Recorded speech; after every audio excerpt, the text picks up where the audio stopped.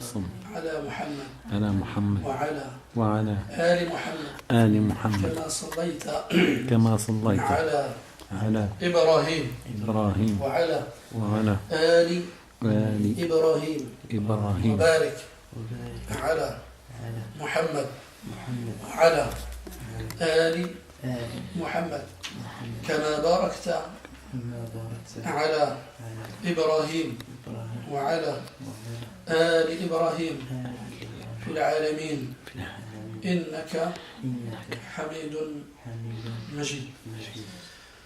Ya Allah, grand jour, énorme journée. La sœur qui va se convertir, c'est la sœur. Comme je parle, énorme journée. Allah subhanahu wa ta'ala, créateur. Le monde entier a son créateur. L'univers a son créateur. Renier le créateur de l'univers, c'est un manque d'intelligence de la part de l'être humain. Alors que Allah lui a donné justement cette intelligence pour reconnaître les choses.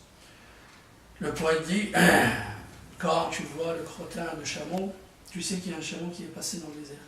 Et quand tu vois les pas de quelqu'un qui a marché, les pas, les traces, tu sais qu'il y a un voyageur qui est passé par là. Ensuite il dit, est-ce que tous ces signes-là autour de nous ne sont pas un signe de la présence du Créateur? Et la réponse est évidemment.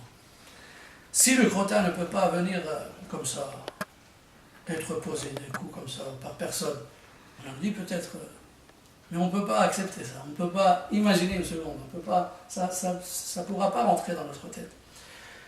La même chose avec les pas. Ah, il est passé par là. Qui? L'homme ou bien l'individu. Parce que j'ai vu les pas. Donc les pas ne sont pas venus comme ça par hasard. Il y a quelqu'un qui...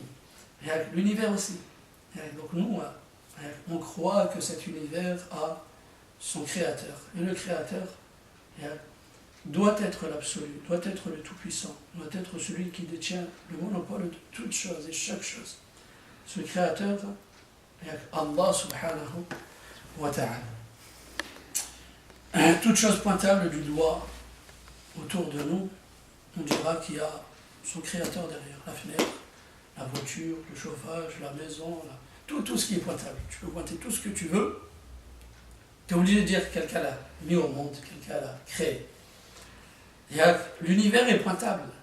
L'univers est pointable. Donc il y a quelqu'un derrière. Personne ne s'est proclamé créateur à part l'absolu. Allah subhanahu wa ta'ala.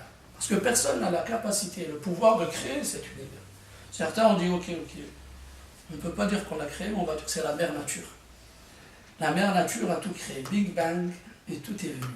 Le Big Bang et tout est venu. La mer, le poisson ensuite le singe. Comment le poisson s'est transformé en singe, Allahu a'lam. Et ainsi de suite. Mais on dit ok, admettons c'est la nature, ok. Mais qui a créé la nature? Il y a toujours quelque chose derrière. Et on est obligé de se rendre à l'évidence qu'il y a Allah derrière tout cela. Mais nous, on ne croit pas à cette mère nature. Cette mère nature qu'on nous a appris à l'école, c'était qu'une manière de nous divertir et nous faire oublier la réalité de notre vie et de la création, c'est-à-dire qu'il y a Allah au-dessus de nous. Et c'était aussi une façon de combattre toute forme de spiritualité et de soumission. C'est ce qui est recherché via l'enseignement de la théorie de Darwin. C'est ce qui est recherché dans ça. Nos enfants, les petits, vont à l'école, c'est ce qu'on leur apprend. Tout ça pour mettre une barrière entre eux et Dieu. Et si l'être se met à chercher qui est Dieu, il ne pourra que, sincèrement, s'il le recherche sincèrement, il ne pourra que aboutir à cette conclusion, que c'est Allah subhanahu wa ta'ala. S'il est sincère, s'il n'est pas sincère, non. Il va dévier en route. Il va croire que Dieu est trois. La Dieu est le singe, la Dieu est la lune, le soleil. Pour nous, c'est clair. Allah, unique sans associé. Celui qui a été avant tout et celui qui restera après tout. Tout ce qui n'est pas Allah est créature de Allah. Tout ce qui n'est pas Allah est pauvre devant Allah. Tout ce qui n'est pas Allah a besoin de Allah. Et Allah, c'est l'absolu, n'a besoin de rien. Notre adoration, notre soumission ne lui fait aucun bien. Ou bien ne lui rajoute rien. Et notre infidélité et insoumission n'enlève rien de son pouvoir. Il est l'absolu. Il y a l'absolu. Comme nous, on a besoin des choses qui sont autour. On a besoin, par exemple, Il y a que d'avoir des enfants pour que l'espèce humaine reste sur Terre, sinon il n'y aura plus d'êtres humains sur Terre, on est obligé. Et on est venu d'un parent, avec des parents. Sans ça, on n'est pas là. Mais Allah, non. C'est pour ça qu'il n'a pas d'enfant. Lam yalid wa lam yulad. Qul huwa Allahu ahad. Dit que Allah est seul, unique, sans associé. Allahu samad, c'est vers lui qu'on se dirige lors de nos demandes, dans la difficulté ou bien dans l'aisance. C'est vers lui, c'est lui notre cible. Allahu samad, lam yalid wa lam yulad.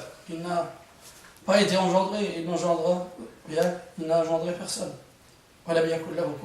Et semblable à Allah, ça n'existe pas. Il n'y a personne qui est semblable à Allah.